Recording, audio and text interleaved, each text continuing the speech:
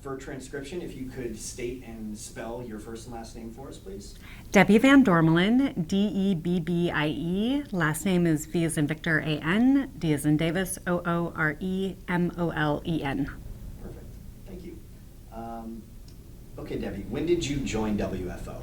I joined WFO in 2003 with the very first conference I attended in Silver City, New Mexico. Perfect.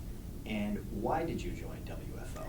Well, at that point, I was a young professional and I was looking for a bird-related organization to get involved with, but not just any birding organization. It was a young ornithologist, really just getting into the study of birds, and it was a part of my job that I wasn't really comfortable with yet.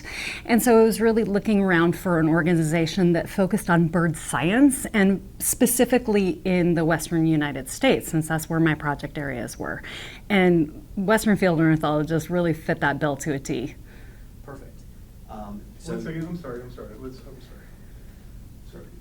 It's just the cap. It's blocking her eyes. That gives me a chance to clear my throat. It's like the one sign of nerves I have. It happens every time I'm moderating a meeting on Zoom too. This little like bubble of saliva, sorry to overshare, just kind of sits right at the top of my throat and wants to choke me. The good news is that we can stop and on Zoom. Okay, You're I'm kind still of out of rolling. luck. I'm still rolling. Here we So go. roll. Sorry, Oh, guys. great, that's all on camera somewhere. Lovely. I've got the pearls of wisdom. I got nothing but pearls over here. We'll throw that one in the outtake. Okay, now I can see your eyes. We good, Jake? Yeah, we're good. I can see her. Cool. Okay, so what roles have you held on the I'm sorry, Frank. Can you start over? Let's just start over. Can we, because that was only one question. Can we just do it over? Because You want to do the whole thing over? Because just that first question on, and let's just start over, because her shadow on her eyes was a little. Okay. Sure. Okay. Is the hat a problem? It was, but it's not anymore. Don't change it now. I just. Just screw the whole thing up. Okay, here we go. And everybody, and set, and let's do it. Okay. Debbie, when did you join WFO? I joined WFO in 2003 with my very first conference in Silver City, New Mexico. Perfect. And why did you join WFO? Because as a young professional, I was really looking around for a bird science related organization, not a birding organization per se. Not that those aren't great, and there are plenty of them, and they're valuable organizations, but as a young professional who was just getting started in ornithology, it was a component of my job that I wasn't comfortable with, and I needed to find a way to get more information, and a professional conference seemed like the way to do it. So I really approached the organization from that annual conference perspective, and I think an early teacher that I just ran into at the annual conference for this year for 2024 is convinced that he is the one that told me about it. And it's been so many years, it's possible that he told me about it. I like to remember that through due diligence that I found it online and got myself all registered like a big girl and went all by myself. But it was really important to find an organization that was doing bird science in the Western region, since that's where my project area was at the time. And I just got lucky with Western field ornithologists because they were also welcoming. Then I go to this conference that's in Silver City, which was at least a few-hour drive from Tucson, and didn't know anybody, and was worried I was just going to stay in my hotel room the whole time. And I walked into the opening reception and was greeted by a board member who took me under his wing and introduced me to other people, and then I've been hooked by WFO ever since. So hooked, in fact, that you are the incoming president, if that's correct, right? That's what they tell me. They tell me that I am the incoming president. Fantastic. So how did that come about, and how do you feel about that? What are your plans for the future as president of WFO? Well, it really came about. I've been involved with the organization since 2003, and in 2007, I got on the board for the first time, and I served 2 3-year terms. And after that, I didn't have the time to volunteer on the board. You know, you have to cycle off for a year, but then you can come right back on.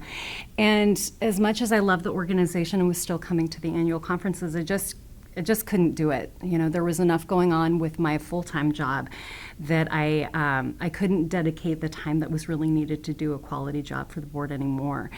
And so in the last couple years, that's changed, and it's really opened me up to return to other things that I loved doing outside of my official job. And one of those things was coming back on the board of Western Field Ornithologists. So I did that in 2023 at the Copper Mountain meeting.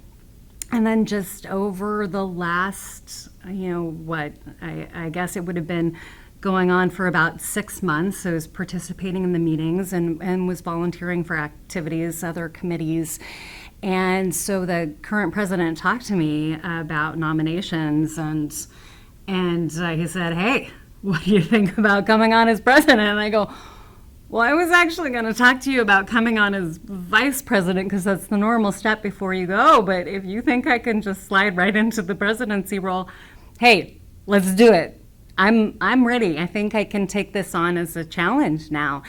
And I love the organization so much, and I'm so invested in the people and the work that it's doing that I felt that this is a way I could be of service.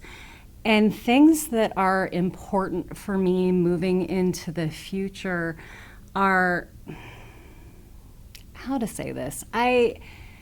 In an organization that doesn't, to me, feel at all like it's exclusionary of women. I feel like we embrace women. You know, we have a lot of women members. We have a lot of women on the board, very capable women. But in our entire 50-plus year history, I'm only the 3rd woman president. And I wonder about that, and I wonder how much of that has to do with maybe women that were approached, and since they just hadn't seen a lot of women in that role, without even thinking about it, they said, "Oh, well, that's just not me. That's not something for me." And so it's important to me to get that pipeline going. And so one of the things that I want to work on is actually getting a female vice president. Right now, the vice president role is open, and we're going to leave it open until we can find the right candidate to fill that job who's ready to be a vice president for the number of years until I'm out, and then step into the presidency, and then hopefully develop another woman to come into that. And I know there could be people that think, "Oh, well, why are you focusing just on women? Is the whole DEI hire, et cetera, et cetera." But I would like to say I don't think anybody did that for all the years that men were vice president, president, and past president year after year after year. And honestly, I think that would just be such a small amount of the membership. I really feel like there's a good support for this perspective, this desire I have to really build a pipeline of women in leadership. I mean, we have such great women on the staff, from Sean as our secretary, and as our membership secretary, and then as our treasurer, and then Macy as our admin, Liga as our secretary, and it's time to have women also in those executive positions as well. And I'd also like to work on diversity of our regional representation on the board and on bird. I'm sorry, but that's just pretty funny. Freudian slip, and the cultural diversity as well. So a big project we have going this year at our annual conference is the Mexican scholars, right? Bringing 5 Mexican scholars in. And when there's just such a financial hardship for them to participate across the border. And so now we're developing a board member in Dr. Moreno. And so that will, I hope, further improve coordination across the border and really get that northwestern region of Mexico that is included in the Western Field Ornithologist region, really to get it to be a functional part of our organization rather than just a part of our organization on paper. And so those are big focuses. That's a fantastic answer. That's great. VP positions open, by the way, Megan. Good? I'm good. Okay. I'm tired. Why should a bird enthusiast join WFO? Oh gosh, there are so many reasons. You know, I would say first and foremost, it's just the welcoming nature of this group. Sure, there's a little bit of that competition I see in some people, especially in California. You've got the county listers, like they have so many birds and so much habitat. It's not just enough to have one list for the whole state. You got to have one for every single county, and I love that. It is not my approach to birding, but I love that.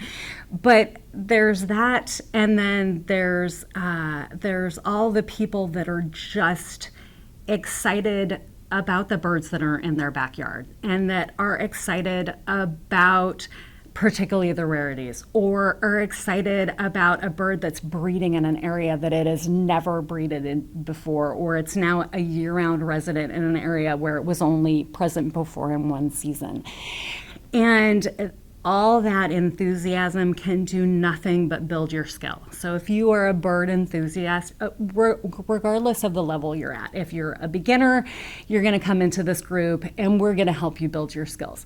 Well, probably not me, because I am very much a focused birder in my project area, but that makes me a person that still gets really excited when I'm birding in new areas. Like the conference is one of the few dedicated times that I just bird for pleasure every year. And so I'm getting into new habitat, and I'm always on a trip with a great leader. And so I'm learning things, and I'm excited about it, and I'm sharing that with you.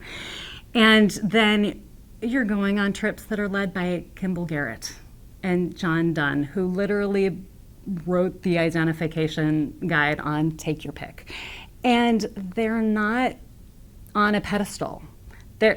Some people put them up there, but they'd be the first ones to take themselves down. You know, they want to be interacting with you. They want to be helping you get the birds that you haven't seen before, getting those live birds for you, getting that field mark that's going to help you identify that bird regardless of how absolutely terrible the light is on a foggy day at 6 o'clock in the morning.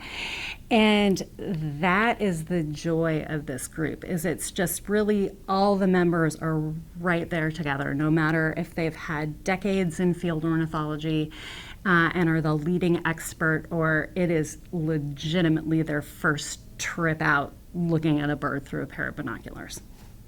Awesome. There's two more for you. Okay. Okay. Do you have a favorite WFO story?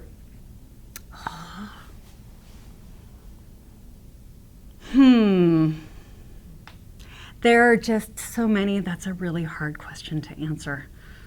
Like, that's much harder than the whole favorite bird story thing.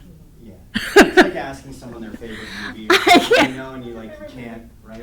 It's like I have a favorite terrible story. Yeah. So it's not a terrible story. It is yeah, I do have a favorite story. What year was that meeting? I don't remember. I was so my favorite WFO, or not my favorite WFO story, but a very memorable WFO conference story was we were in San Mateo for the annual conference. I was on the board at the time, and my most significant duty was I helped co-chair the science sessions for the meeting. So Friday and Saturday, we have an afternoon of scientific presentations, half-day field trips in the morning, people come back, race through lunch, and then come to the science sessions, and then ID panels in the evening. And one of the last day of sessions, so Saturday sessions, the power goes out right as the sessions start. And it doesn't go out just to the hotel. We are looking out and down the street. It has gone out for blocks. Nobody has any idea when the power is going to come back on. And so me and the co-chair look at each other and we go, okay, well, we know everybody here has binoculars. We know we have several laptops. We're going to go ahead and we're going to have the presenters give their presentations. We're going to put them up on people's laptops until the laptop battery dies. We're going to flip the screen so it faces the audience, and then we're just going to ask people to look at the screen through their binoculars. And then that way the presenters will be able to give these presentations that they have worked so hard on. And then we'll be able to satisfy all our attendees' needs for some cutting edge bird science. And we'll make it through. And I can't remember how many laptops we went through. It was at least 2. We burned the batteries out on 2. And everybody was patient. Just, again, a testament to the membership. Everybody was patient while we would switch it out, get the presentations loaded onto a new laptop. And we made it through. Now, I did go to the bar after that, but we made it through and we made it through together. And it was, it's something I'll never forget, and it was stressful at the time, but it's actually a good WFO memory for me. That's a great story. Adapt and overcome. I think let's end it on that note. That was great. Okay. Yeah, thank you. Okay. Unless there's something else, Sean, that you want to know? No, we're good. Cool. Okay.